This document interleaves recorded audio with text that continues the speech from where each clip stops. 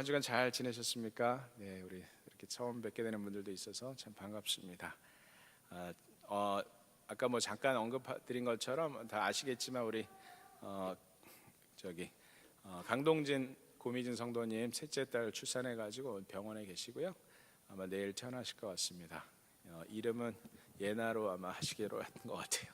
네, 자. 지난 한 주간 여러분들 지난 주일날 배웠던 말씀 여러분들 기억하시겠지만 지난 주일 말씀은 항상 기뻐하라 쉬지 말고 기도하라 범사에 감사하라였죠. 그리고 그것이 우리 삶에 있어서 행복을 특별히 추구하는 데 있어서 어떤 의미를 갖는지 한번 생각해 봤습니다. 여러분들 우리 인간들 주변에서 돌아보면요, 자신의 힘으로 구원에 이르고자 하는 그런 모습들, 하나님께 다하고 보고자 하는 그런 모습들 우리는 많이 찾아볼 수 있습니다. 종교나 명상, 철학, 예술 뭐 이런 여러 가지 갖가지 방법들이 동원되기도 합니다. 절대적인 그 길을 통해서 자신을 극복하고자 노력하는 그런 사람들도 있음을 볼 수 있습니다.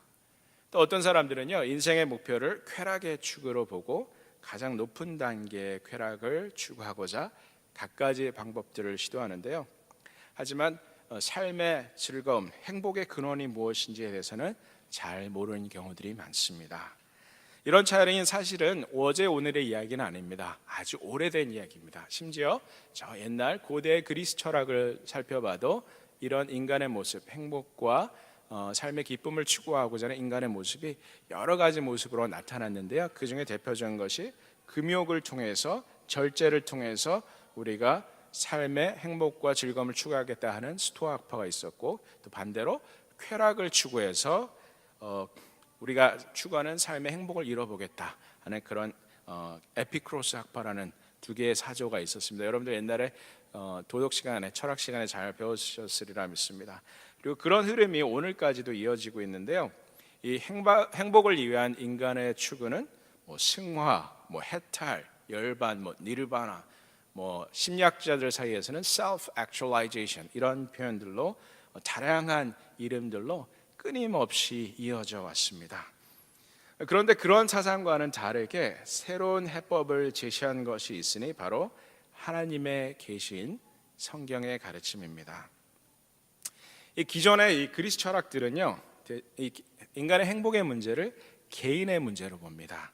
그래서 개인의 노력, 개인의 절제나 개인의 투자, 개인의 시도 이런 것들로 이룰 수도 있고 이룰 수도 없는, 때로는 이루지 못할 수도 있는 그러한 것으로 보는 것이 우리 인간들이 가지고 있는 일반적인 생각입니다. 행복은 개인의 문제라는 것이죠. 그러나 성경의 가르침은 그렇지 않습니다. 인간의 참된 행복이 성경은 관계에 있다고 가르치고 있습니다. 이 개인의 노력이 아니라 관계 속에서 찾아지는 것이 바로 행복이다라고 성경은 역설하고 있습니다. 여러분들 지난 주일에 이 삶의 기쁨을 주는 원천이 바로 관계라고 말씀드렸습니다만 복습을 한번 해보겠습니다. 지난주 말씀이 이제 항상 기뻐하라 쉬지 말고 기도하라 범사에 감사하라라는 내용이었었는데요. 이 말씀을 기초로 우리는 다음의 공식을 배웠습니다. 이 공식 기억나십니까? 제가 정확하게 이렇게 요점만 요약해서 말씀드리지 않았지만, 자, 기쁨을 갖기 위해서는 관계가 필요하고, 관계는 절제에서 오고, 절제는 감사에서 오고, 감사는 나의 신분에 대한 자각에서, 또 나의 신분에 대한 자각은 기도 속에서 확인되는 하나님과의 관계 속에서 온다는 것인데요. 우리 승훈 집사님 한번 보여주시겠어요? 제가 정리해서 화살표로 정리한 것을 보시면, 그거 말고 저기 제 슬라이드 1이라고 썼던 거 있잖아요. 우리 6명의 아이들을 돌보시다가 오셔가지고 힘드십니다. 남의 집 애들까지, 애기 난 집 아이들 하루는 저희 집에서 자고 새벽에 2시에 제가 저희 집으로 데리고 왔어요. 그래서 옛날한테 들어가가지고 데리고 와서 저희 집에 잤는데 저희 집은 너무 더워서 못 자겠대요, 더 이상. 그래서 나가서 친구들 있는 정승훈 집사님 댁으로 갔습니다.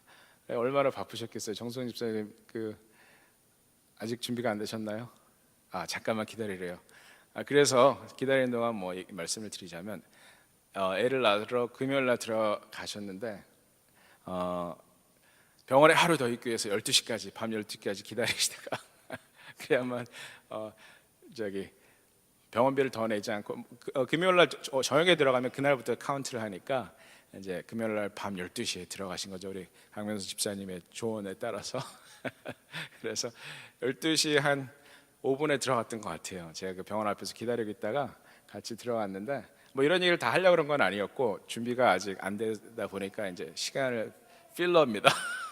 메꾸고자 드리는 말씀인데 어쨌든 병원에 들어와서 이제 출산을 위해서 준비하고 있는 동안 저랑 태원이는 웨이팅 에리어에서 이렇게 소파에 누워서 자다가 있었는데 2시에 이제 깨우더라고요. 그래서 이제 집에 갔습니다. 우리 아이들 데리고 집에 갔는데 아이들이 잘 자더니 딱 일어나자마자 더워서 여기서 못 자겠다 그래서 딴 집으로 보냈습니다. 준비가 됐습니까, 집사님?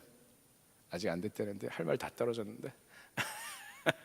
어쨌든 자, 여러분들도 한번 적어보세요. 노트 있으시죠?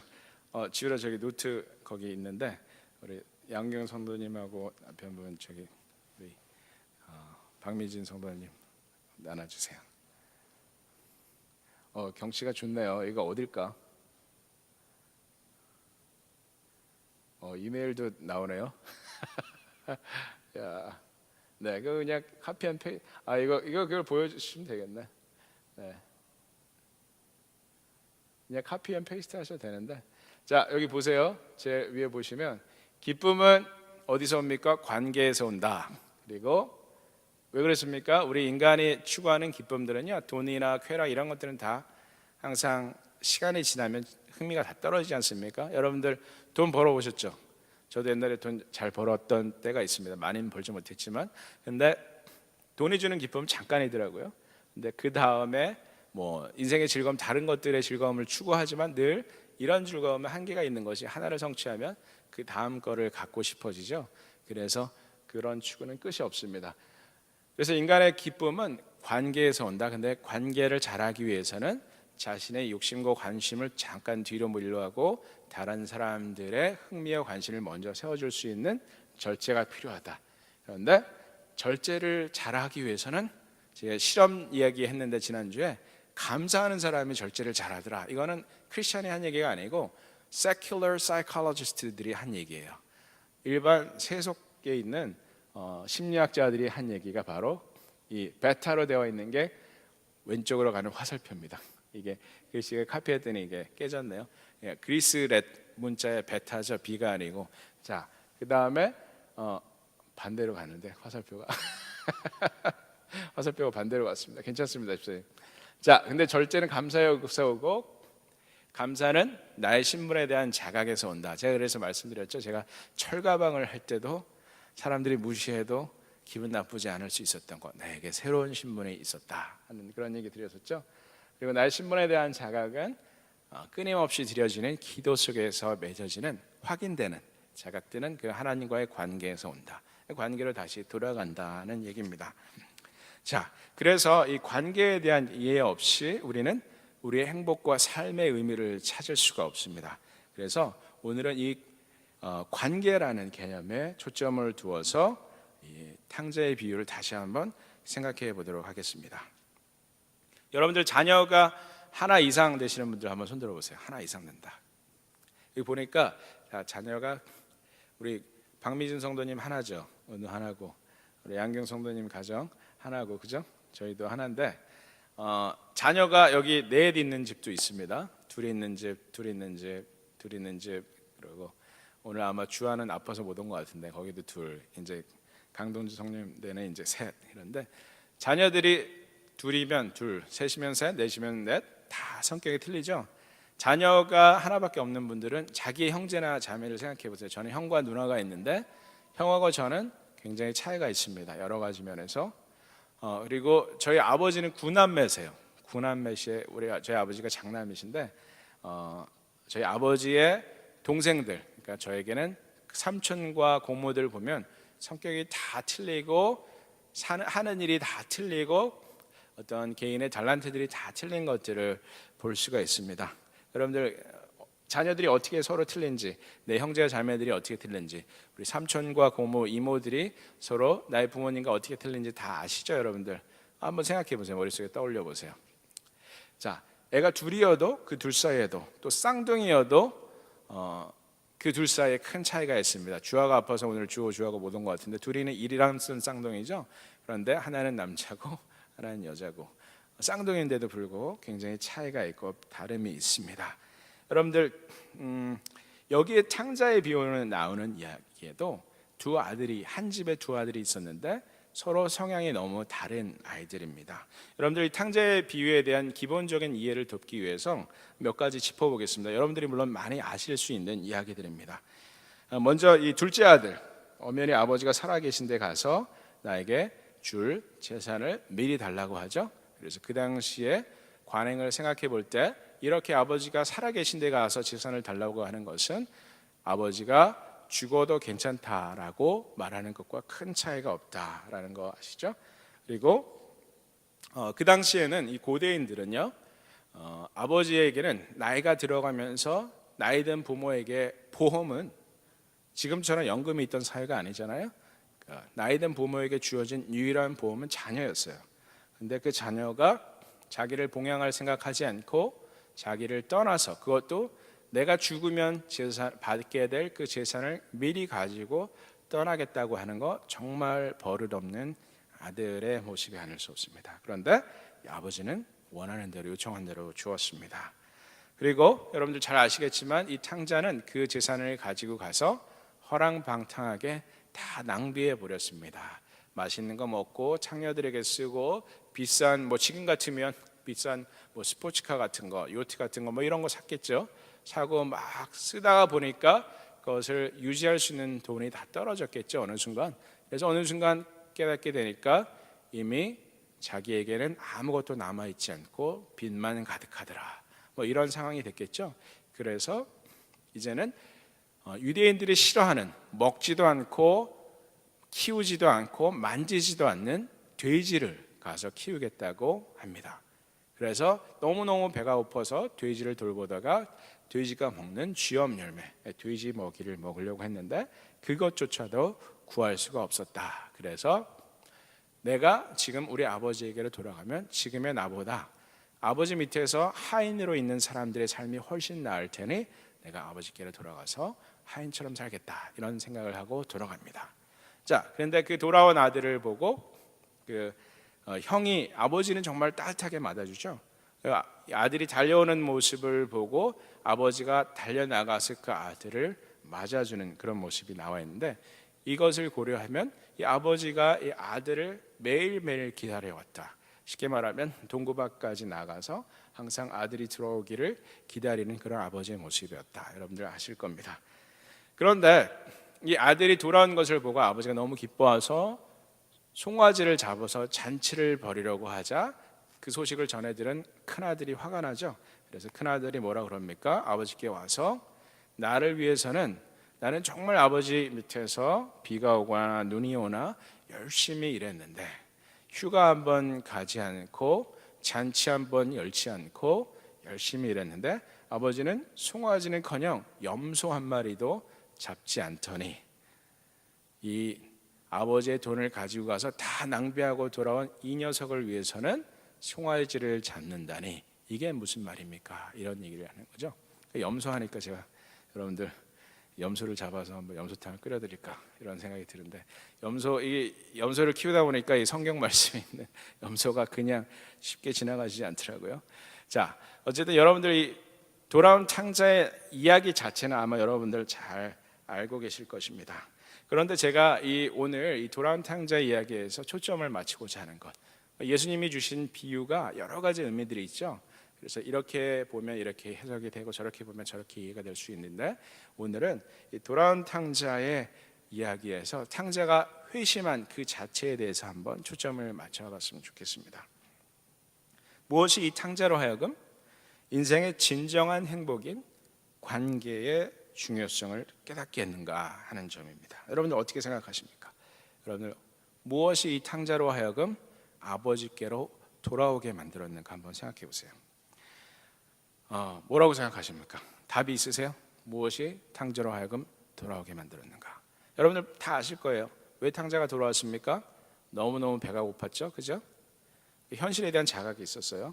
아무것도 바꿀 수 없는, 자신의 힘으로는 아무것도 할 수 없는 철저한 자기 포기, 원해서 포기하는 것이 아니고 그럴 수밖에 없는 그런 포기의 상태에 이르게 되는 거죠. 절망의 상태에 이르게 되는 겁니다. 벼랑 끝까지 간 겁니다. 그런데 벼랑 끝에서 발견하는 것이 무엇이냐? 그 벼랑 끝에서 바로 아버지를 기억했다는 점입니다. 더 이상 자기의 힘으로는 아무것도 할 수 없고 자신에게는 도저히 생존의 방법이 보이지 않을 때 탕자는 아버지를 기억해 놓았습니다. 여러분들 탕자가 갔던 이 삶의 사이클을 한번 보세요. 손 집사님 한번 보여주세요. 탕자가 맴돌았던 이 vicious cycle. 돈, 일단 돈을 가졌습니다. 아버지에게 요청해서, 그죠? 그리고 그 돈을 가지고 열심히 지위와 권력을 추구했겠죠. 여러분들 돈 있는 사람들이 쉰들러스 리스트라는 영화 보시면 아시죠? 이 돈 있는 사람이, 쉰들러가 사실은 유태인들을 돕기 위해서 사업을 시작한 건 아니었어요. 자기 돈으로 값싼 노동력을 이용해서 어떤 특정한 지위를 이뤄보자 하는 그런 욕심에서 일을 시작했죠.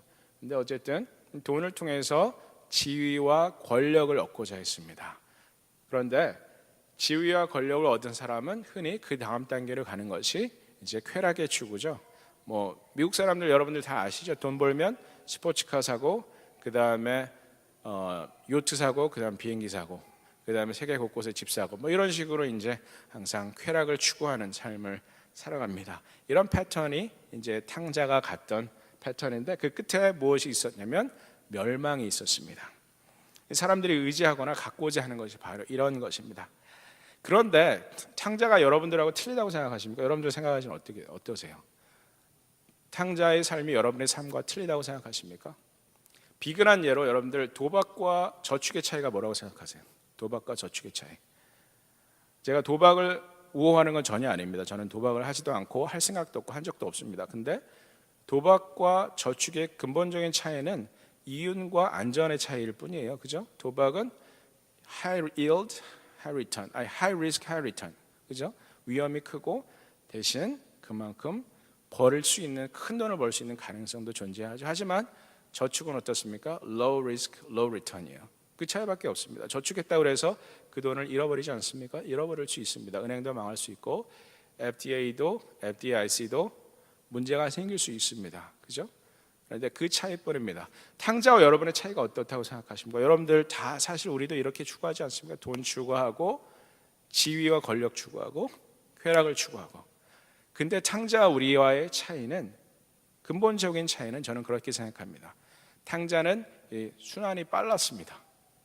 빨리 돈이 생겼고 빨리 쾌락을 추구했고 빨리 망했습니다. 그런데 우리는 어떻습니까? 돈 빨리 버실 수 있는 분, 엄청나게 큰 돈을 버실 수 있는 분, 순식간에. 물론 가끔 요새는 무슨 가상화폐니 그다음에 복권이니, 요새 복권 큰 돈 복권 맞았다는 사람이 있다는데 이런 것들 때문에 큰 돈을 버는 사람들이 가끔은 있지만 우리는 대부분 돈 버는데 굉장히 시간이 걸려요. 그죠? 그리고 그 버는 돈으로 저축해서 오랜 시간이 지나야만 돈이 어느 정도 쌓입니다. 그리고 그거 가지고 지위나 어떤 성취를 잃어보려고 하지만 또 때로는 쾌락을 추구해 보지만 그때는 이미 너무 늦은 경우가 많습니다. 그래서 돈 벌어놓은 건 누리기 전에 세상을 따라하는 경우도 많이 있죠. 탕자와 우리와의 차이는 사실은 탕자는 빨리 순환이 되었고 우리는 이것이 좀 천천히 되는 것밖에 큰 차이가 없지 않나 하는 겁니다. 근데 문제는 그런 것입니다. 탕자는 그렇게 해서 빨리 망했지만 그랬기 때문에 탕자는 빨리 아버지를 기억할 수 있었습니다. 여러분들 하는 일들이 어느 정도는 잘 되실 거예요. 때로는 힘들고 어려울 때도 있지만, 때로는 절망스러울 때도 있지만, 대부분은 어느 정도는 굴러가는 정도로, 그렇게 여유롭지는 않지만 먹고 살 수 있고 조금 저축할 수 있고 뭔가 그래도 앞에 나다볼 수 있는 뭔가가 보이는 그런 삶을 살고 계시죠. 그래서 그렇기 때문에 우리는 이 탕자처럼 빨리 망함을 경험하지 못하고, 그렇기 때문에 아버지를 기억하기까지 훨씬 더 많은 시간이 우리에겐 요구될 수도 있습니다. 예수님께서 이 비유를 주신 그 배경을 한번 생각해 보세요. 여러분들, 예수님께서 이 비유를 주신 배경은요, 예수님께서 세리와 창기들, 흔히 죄인들이라고 하는 사람들과 같이 식사하고 있을 때 해주신 말씀해 주신 비유가 바로 이 탕자의 비유입니다. 사람들이 예수님이 세칭 죄인들이라고 불리는 그 대표 부류의 사람들과 같이 식사하고 있으니까 저 봐라, 예수라는 사람이 선생이라 하면서 선지자라 하면서 죄인들과 맨날 밥이나 먹고 있구나 라고 비난하자 하신 말씀이 바로 이것입니다. 사실 이 탕자의 비유에 나오는 사람들이 말 그대로 세리와 창기들이었습니다. 그런데 세리와 창기들은 자신들의 죄가 너무나 적나라했기 때문에 예수님께 빨리 돌아와서 회개하고 구원을 받은 반면, 무언가 이루고 있다고 생각했던 우리 같은 사람들, 누구? 바리새인들, 세리와 창기들, 죄인들을 비판한 사람들은 그러나 예수님께 돌아와서 회개하고 새 사람이 될 기회를 갖지 못했던, 그래서 어떻게 보면 탕자가, 그래서 어떻게 보면 죄인이라 불리었던 세리와 창기들이 오히려 더 복받은 사람일 수 있다라는 패러독스가 여기 존재하고 있습니다. 자, 이 본문의 컨텍스트에 보면 말 그대로 바리새인은 큰 아들이고 또 탕자는 작은 아들입니다. 그런데 그들 중 누가 구원의 축복을 누리고 있습니까? 바로 탕자입니다. 그리고 예수님께 나와서 회개하고 새 사람 되겠다고 결단한 세리와 창기들입니다.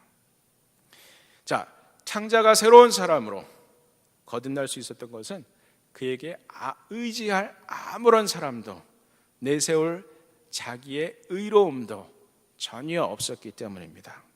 돼지를 치던 탕자, 돼지가 먹는 것을 먹어도 좋다고, 그거라도 먹고 싶다고 간구하던 이 탕자에게 그가 가진 것은 모든 것이 다 소진되어 버렸습니다.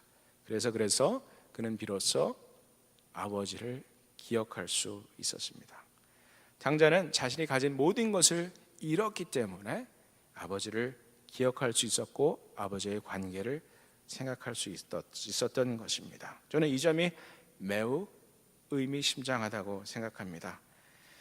이 탕자처럼 잃어버린 사람만이 받게 되는 축복이 분명히 있다는 것이죠. 그래서 이 팀 켈러 목사님이 강조했던 것, 사실은 그 전에도 이런 얘기들은 있었지만 팀 켈러 목사님의 책을 통해서 굉장히 유명해진 이 개념이 바로 이 prodigal이라는 단어의 뜻입니다. prodigal 무슨 뜻입니까? 첫째 뜻은 wasteful, 낭비하는 이런 뜻입니다. 말 그대로 둘째 아들 탕자가 아버지에게 받은 모든 돈을 쓸데없는 것에, 전혀 남지 않을 것에, 쾌락을 위해서 다 써버린, 그것이 바로 첫째 의미, prodigal의 첫째 의미, 탕자의 탕자에 해당하는 첫째 의미입니다. wasteful, 낭비하는. 이 단어의 두 번째 뜻은 아끼지 않는 이란 뜻입니다. 아끼지 않는. 자, 아끼지 않는 이란 단어가 wasteful, 낭비하는 이란 단어와 비슷하게 느끼죠? 그죠? 비슷하게 들립니다. 그러나 아끼지 않는 이란 뜻은 다르게 적용될 수도 있습니다. 예를 들어서 내가 맛있는 것을 먹기 위해서 아끼지 않는 것과 누군가를 돕기 위해서 아끼지 않는 것에는 큰 차이가 있습니다.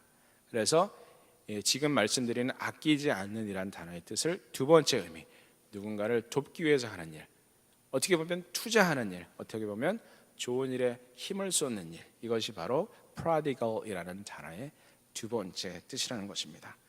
아끼지 않는다는 면에서는 이 탕자와 다를 바가 없습니다. 그러나 자신이 소중히 여기는 것을 위해, 그 관계를 위해서 가지고 있는 것을 아끼지 않는 이 아버지의 모습, 이것이 바로 이 탕자에서 탕자, prodigal이라는 단어가 갖는 두 번째 뜻이라는 거죠.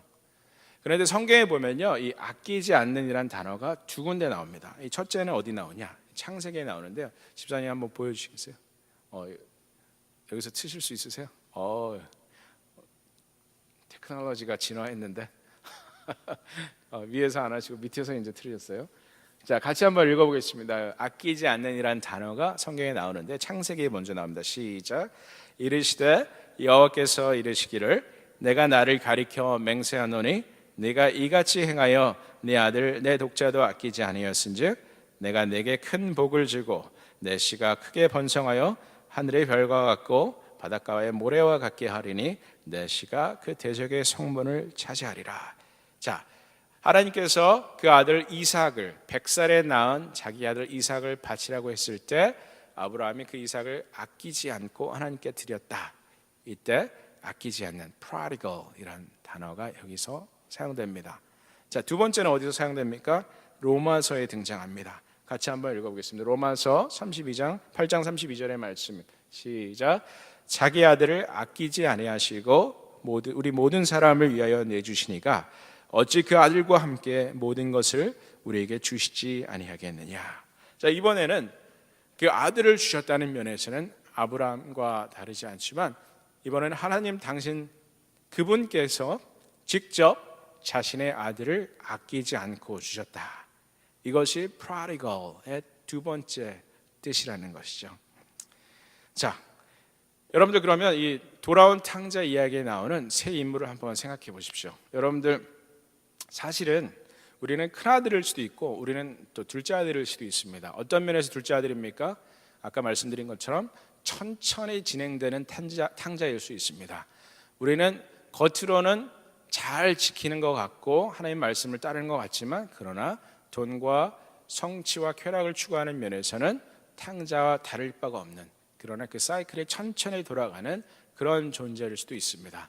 그러나 혹은 자기 의로 그 반대로 가득 차서, 자기 의로 가득 차서 내가 하는 모든 것들이 하나님을 위해서 했으니 언젠가는 하나님이 갚아주실 것이다 라고 생각하면서 다른 사람들을 판단하고 정죄하는 첫째 아들일 수도 있습니다. 그런데 이 prodigal이라는 단어가 적용된 아버지의 경우 어떻습니까? 아버지는 아끼지 않고 먼저 둘째 아들에게 주었죠. 그가 원했을 때 아끼지 않고 주었고 또 다시 돌아왔을 때도 아끼지 않고 잔치를 베풀고 자신의 사랑을 나타내 주었습니다. 자, 우리 말씀을 마무리하면서 이 탕자의 비유에 나오는 이야기를 그렸던 렘브란트의 그림을 한번 보시겠습니다. 여러분들 렘브란트의 그림이 제 사무실에도 있는데 제 사무실엔 요만한 카피인데 그게 실제는 저렇게 큽니다. 이게 어디에 있냐면 러시아에 있습니다. 렘브란트는 네덜란드 더치 페인터인데 이 그림이 팔려서 전에 레닌그라드라고 불리던 세인트 피터스버그 러시아에 있는 도시인데요. 거기에 있는데 사람 키보다 큽니다. 한 7feet 정도 되는 그 액자에 이렇게 전시가 되어 있는데요. 다음 사진 보시면 그림이 이렇게 생겼죠. 자, 지금 불빛 때문에 잘 안 보이는데 이 그림의 등장인물이 3명이다 생각하시는 분 손 들어주세요. 4명이다, 5명이다 손 들어주세요. 정답은 5명입니다. 자, 지금 그림이 잘 보이지 않지만 불을 잠깐만 꺼보시겠어요? 그래도 안 보이네요. 렘브란트가 일부러 그림을 이렇게 그렸어요. 왜냐하면 이 뒤에 배경이 좀 어두워야만 인물들이 확대돼서 보이잖아요. 그런데 렘브란트가 사실은 이 그림을 그렸을 때 자식이 3명인가 죽었죠 아마. 그리고 나서 굉장히 삶의 우울한 나날을 보내고 있었던 때예요. 젊었을 때 굉장히 성공했던 화가입니다.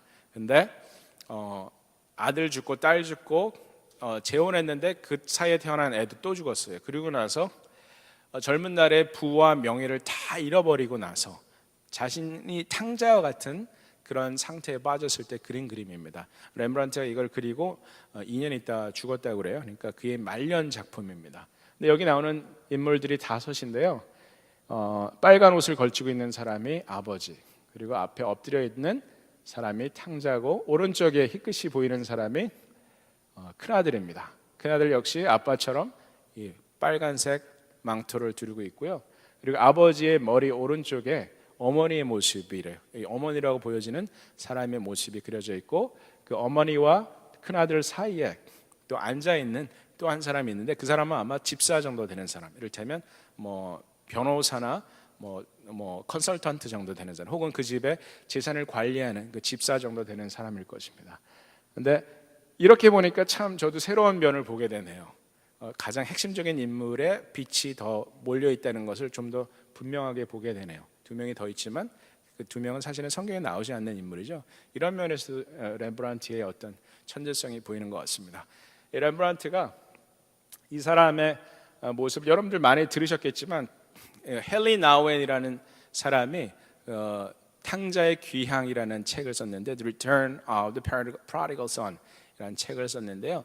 그 책에 이 그림에 대한 해석들을 하고 있어요. 헨리 나우엔이 하버드에서 가르치다가 이제 그 프랑스에 있는 그 지적 장애인들을 위한 공동체로 가서 살게 되죠. 이제 보스턴에 있을 때 저희가 다니던 교회 목사님이 그분 때문에 하버드를 갔는데 헨리 나우엔이 그때 딱 떠났어요. 그래가지고 그분한테 못 배웠습니다. 근데 그런 일도 있었는데 다음 사진을 한번 보여주세요. 다음 사진은 이 탕자의 발을 확대한 것입니다. 신발이 다 떨어져서 이제 벗겨졌죠. 그래서 이렇게 망가진 신발, 이 탕자의 삶이 얼마나 고난의 연속이었는지를 보여주는 그림이고요. 그 다음에 아버지의 모습입니다. 아버지의 이 표정이나 눈에 대해서는 별로 말이 없어요. 근데 헨리 나우엔이 주목하는 점이 이 손입니다. 다음 사진에 보시면 아버지의 손인데 이 손을 이렇게 해석하죠. 이게 사실은 렘브란트가 이걸 한 번에 그린 그림이 아닙니다. 여러 번 애칭을 하고 스케치를 하고 나서 이렇게도 그려보고 저렇게도 그려보고 이렇게도 해석했다가 저렇게도 해석했다가 그린 그림이어서 이거를 실수로 이렇게 했다고 여겨지지는 않습니다. 그런데 왼쪽 손은 굉장히 크고 거칠죠. 그런데 오른손은 부드럽습니다. 작고 부드러운 여성스러운 손이 보여집니다. 그리고 손목에 이 두른 띠가 금색으로 되어 있는 것으로 봐서 부를 상징하는 거죠. 그리고 빨간색 망토도 역시 그렇습니다. 그 당시에 가난한 사람들은 결코 입을 수 없었던 색깔입니다. 이 헨리 나우엔이 이 손에 집중해서 해석하기를 왼손은 그 강하고 힘 있는 아버지의 손이다. 그리고 오른손은 부드럽고 인자한 어머니의 손이다. 그래서 이 탕자를 그 아버지는 엄마와의 그 따뜻한 사랑과 아버지의 어떤 권위 있는 모습, 그 엄마와 아빠의 사랑을 동시에 표현하고 있다. 그래서 완전한 사랑을 표현하고 있다 이렇게 얘기합니다. 사실 우리가 하나님을 아버지로 부르지만 하나님은 사실은 성이 없습니다. 그죠? 하나님을 남자라고 우리가 문화적으로 이야기하는 것이 하나님은 남자가 아닙니다. 하나님을 여자라고 하기에는 문화적인 거부감이 강했기 때문에 아버지를 남자라고 부르는 것이지 하나님은 남자도 여자도 아닙니다. 그러니까 하나님이 가지고 있는 부성의 사랑 그리고 모성의 사랑을 동시에 보여주는 그림이다 이렇게 이야기합니다. 자, 불 켜주세요. 자, 나중에 러시아에 방문하시면 그리고 특별히 샌피터스버그에 가시면 이 그림을 꼭 보시면 좋겠어요. 이 헨리 나우엔은 일단 유명한 학자였고 또 사제였기 때문에 이 그림을 혼자서 수시간 볼 수 있었다고 그래요. 그래서 그것을 오랫동안 보고 있다가 돌아와서 책도 썼습니다. 그런데 이 세 인물들을 다시 한번 기억하셨으면 좋겠어요. 여러분 자신이 어디에 있는지, 탕자에 있는지, 큰아들인지 그리고 아버지인지, 그리고 우리가 지향해야 될 삶의 궁극적인 목표는 어디에 있는지 한번 생각해 보셨으면 좋겠어요. 탕자든 아들이든 사실은 큰아들이든 둘째 아들이든 모범적인 아들이든 아버지 돈을 받아가지고서 다 쓰고 돌아온 둘째든 사실은 관계를 중요하게 생각하지 않았습니다. 탕자는 말할 것도 없고요. 큰아들도 어떻게 보면 자기에게 아버지의 재산이 다 올 것이라는 그 기대감으로 참고 또 참았던 것을 저는 분명히 볼 수 있습니다. 여러분들도 그렇게 느껴지시죠? 정말 아버지와의 관계를 소중히 여겨서 그 밑에서 참고 휴가 한번 가지 않고 잔치 한번 하지 않고 했던 것이 아니라고 생각합니다. 이 아들은 분명히 아버지의 관계가 아니라 아버지가 줄 재산을 기다리고 있었음이 여러 곳에서 발견됩니다. 저도 그런 분 이야기 들은 적이 있어요. 한국에서 한 3만 명 되는 대형교회 목사님인데 저랑 개인적으로 이렇게 가까워질 기회가 좀 있었어요. 근데 이분은 노라고 한 번도 해본 적이 없대요. 누구한테? 그분 전임자한테. 그 전임자 여러분들 말만 하면 다 아실 만한 너무너무 유명한 분인데요. 그냥 무조건 예스맨이었던 거예요. 무조건 예스라고 말했대요. 그리고 11시 이전에 퇴근한 적이 없대요. 목사님이, 부목사님이었는데 11시 이전에 퇴근한 적이 없다. 이게 무슨 얘기입니까? 어떻게 보면 교회를 위해서 수고하고 헌신하는 사람입니다. 좋게 볼 수도 있지만 그만큼 가족이 희생됐겠죠. 그래서 저는 그 가족이 희생된 모습을 사실은 간접적으로 좀 목격할 수 있었습니다. 과연 그것이 좋은 것이냐 한번 의문을 갖게 되는데요. 내가 무엇을 바라고 이 일을 하고 있느냐, 내가 정말 관계를 중요시하느냐, 아니면 이 사람이 나에게 줄 수 있는 혜택들을 기대하면서 이 오늘의 고난을 참고 있는가, 이것을 한번 생각해 볼 수 있습니다. 여러분들 주변의 사람들 어떻게 보십니까? 나에게 혜택을 줄 수 있는 어떤 가치로 보십니까? 아니면 그 사람과의 관계 자체를 즐기고 계십니까? 하나님을 볼 때도 마찬가지죠. 사실 여기 미국에서 가장 큰 교회 레이크우드 처치가 여기 휴스턴에 자리하고 있지만 그 교회 설교 말씀의 핵심은 항상 그것이죠. 하나님은 우리의 좋은 것을 원하시는 분이니 항상 하나님께 좋은 것만 구해라. 그러면 너의 삶이 health, wealth, happiness로 가득 찰 것이다. prosperity gospel 아닙니까? 자, 하나님을 그런 존재로 보십니까? 그렇지 않으면 하나님과의 관계 자체를 즐기십니까? 이 질문을 우리 오늘 한번 해봐야 됩니다. 여러분 자신을 큰아들로 보시던 둘째로 보시던 과연 우리가 하나님과의 관계 속에서 기쁨과 즐거움을 찾느냐, 아니면 하나님이 나의 목표를 성취할 수 있는 어떤 브릿지로 역할할 것이다 라고 기대하고 있느냐, 이것을 한번 생각해 보시는 거죠. 관계가 바로 우리에게 기쁨과 행복을 주는 원천입니다. 그런데 우리에게 기쁨과 행복이 없는 중요한 이유, 우리의 관계가 잘못되었기 때문입니다. 우리가 관계에서 기대하는 것이 잘못되었기 때문입니다. 그래서 우리에게 기쁨과 행복이 없다면 우리의 관계를 되돌아보아야 한다라는 말씀입니다. 반면에 아버지는 큰아들과 또 둘째 아들과 분명히 차이가 있습니다. 아버지는 처음부터 아들이 자기에게 해줄 것을 기대하고 아들에게 재산을 준 것은 결코 아닙니다. 그리고 아들이 자신에게 다시 무언가 은혜를 깨닫고 해주겠거니 하고 돌아온 아들을 맞아준 것도 전혀 아닙니다. 아버지는 단지 자신의 아들을 즐겼고 그 아들과의 관계가 소중했습니다. 그래서 그 아들이 떠나든 다시 돌아오든 함께 충성을 다하면서 나와 함께 살았든 아니면 때로는 화가 나서 분노하든 그 아들은 아들이고 그 아들은 나에게 소중한 존재입니다. 그래서 저는 여러분들의 관계를 한번 돌아보시고 그리고 하나님과의 관계를 한번 돌아보시고 그리고 그 안에서 새로운 관계가 정립되고 기존의 잘못된 나의 가치관과 목표들이 수정되고 회복되어질 때 우리의 삶의 관계가 새롭게 정립되고 기쁨이 회복되고 삶이 행복해질 것이라 믿습니다. 저도 그렇지는 못합니다. 여러 가지 문제들이 있고 또 문제들을 계속해서 겪어나갑니다. 그러나 우리가 말씀을 보면서 항상 우리의 마음을 새롭게 하고 새롭게 시도하고 새롭게 노력하는 것, 그것이 바로 하나님께서 과연 우리에게 원하시는 것일 것입니다. 여러분들의 관계를 한번 돌아보십시오. 하나님과의 관계를 돌아보십시오. 여러분들 과연 내가 하나님을 즐거워하고 있느냐? 그렇지 않으면 내가 원하는 것만 마구 쏟아놓고 그것을 기도했다고 치고 나는 그저 스스로를 위로하면서 살아가는 그런 얕은 신앙의 사람은 아닌가 한번 생각해 보셨으면 좋겠습니다. 그래서 이런 컨텍스트에서 할 수 있는 말이 바로 저 유명한 미니애폴리스에서 목회하시는 목사님 혹시 아세요? 갑자기 이름이 생각이 안 나요. Desiring God. 존 파이퍼 목사님이 God is most glorified in us when we are most satisfied in Him. 이런 표현을 씁니다.